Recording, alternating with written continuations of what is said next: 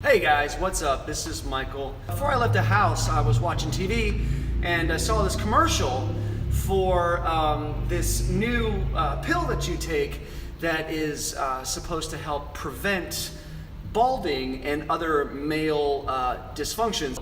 And it kind of dawned on me that not only now are we selling drugs that actually supposedly are supposed to regrow hair, but now we're selling drugs for the fear of actually losing the hair you already have. So you can have a full head of hair and they're instilling the fear of losing your hair and trying to sell you these drugs that are there to help you not lose your hair. But I'm here as a public service announcement to let you know that these drugs, they do not work. They do not work. This is coming to you from a bald dude, all right, who has tried everything there is that is known to man, everything from scalp massage to pulling the hair, to Rogaine, to Propecia, to the hair laser cap that looks almost as ridiculous as these things do, these ear pods. So I've tried everything. I'm here to tell you, none of that stuff works, man. If you are going to lose your hair, you're gonna lose your hair. That's all there is to it. You just gotta accept it. You gotta run with it. You gotta shave it, do what you gotta do, wear a hat. Actually, I lie. There is actually one way that you can go about getting your hair back. And it's not necessarily growing hair back, it's moving hair around. So there is hair restoration, it's hair transplants. They do actually work. I actually have one myself. That's what that scar is all about. I've had 1,000 stories as to why I got that scar, and I just started accepting that, I got cosmetic surgery, and I let people know, hey, I got hair transplants. I had 2 of them, and it still didn't actually work. I still shaved my head, and as you can see, I got a little bit of hair there, little peach fuzz going on up there, but not like a full head of hair. And I had 2 hair transplants, and those things run you about $8,000 a pop. And I still don't have a full head of hair. In fact, I got a little story for you. Because I still go on the internet waiting for that magic pill, that you take, and all of a sudden you wake up like a chia pet. You got just this full head of hair. That magic pill does not exist. But what I did stumble upon a couple of weeks ago that kind of piqued my curiosity was this thing called micropigmentation.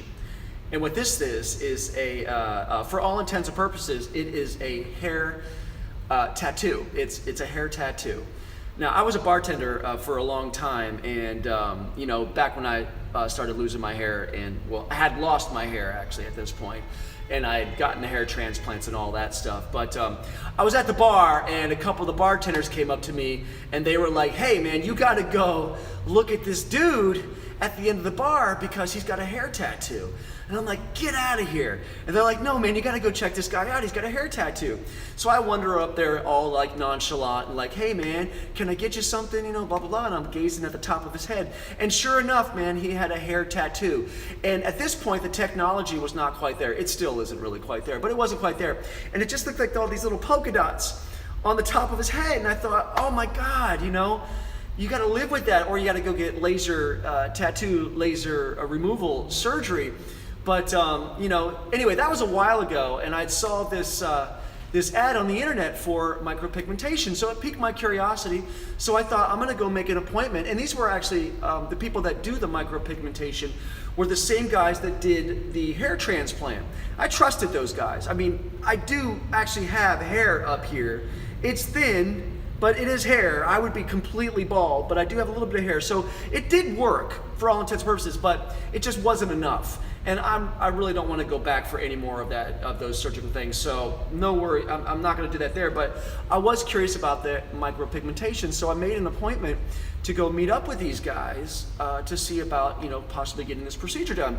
And I get to the office there, and they're in the penthouse in Beverly Hills. I get up there. They didn't even remember who I was. I literally spent almost $20,000 with these guys, and they were like, "Who are you? No file, no back records, no nothing." Anyway, but I finally got into the room with the guy that was supposed to, basically sell me on this procedure, and he's talking about like, "Yeah, man, you're the perfect candidate because you kind of have light, hair there now, and when you put the tattoo underneath of the hair you already have, it's going to look perfectly natural, even up close." And I was like, well, let me see somebody, who has the procedure done so I can see it for myself, and he's like, we don't have anybody like that here. But there is somebody that's about to get it done, and so you can wait until he gets it done and come back in. And I'm like, I don't want to waste a trip, and so on and so forth. And then I was like, well, why don't we just do the scar first and sort of take it from there? Because the biggest issue with micropigmentation is you got to make sure that the color matches. You don't want to get because tattoos have a tendency sometimes with ink that isn't very good, they have a tendency to turn kind of blue or purplish. And the last thing you want is like a blue strip down the middle of your head, with hair. So it'd just be horrible. So I was like, well, let's start off with just getting my scar done, and then if it blends in well, great. If not, then I'll have a purple scar or whatever. And he's like, yeah, that's good. So I'm like, so how much does it cost? And he's like, give me 1 second. Okay, so he leaves the room and leaves me in the room to think about things and look at the mirrors everywhere, of course. You're looking at the mirror and I'm thinking to myself, well, maybe it'll work, maybe it won't. Anyway, he comes back in about 5 minutes later with a little laminated, sheet that has all the prices listed on the sheet there. And he's like, yeah, so for your, situation, it's gonna cost you $6,000. $6,000 for, pardon the expression, for a fucking head tattoo. And I was like, dude, you gotta be kidding me.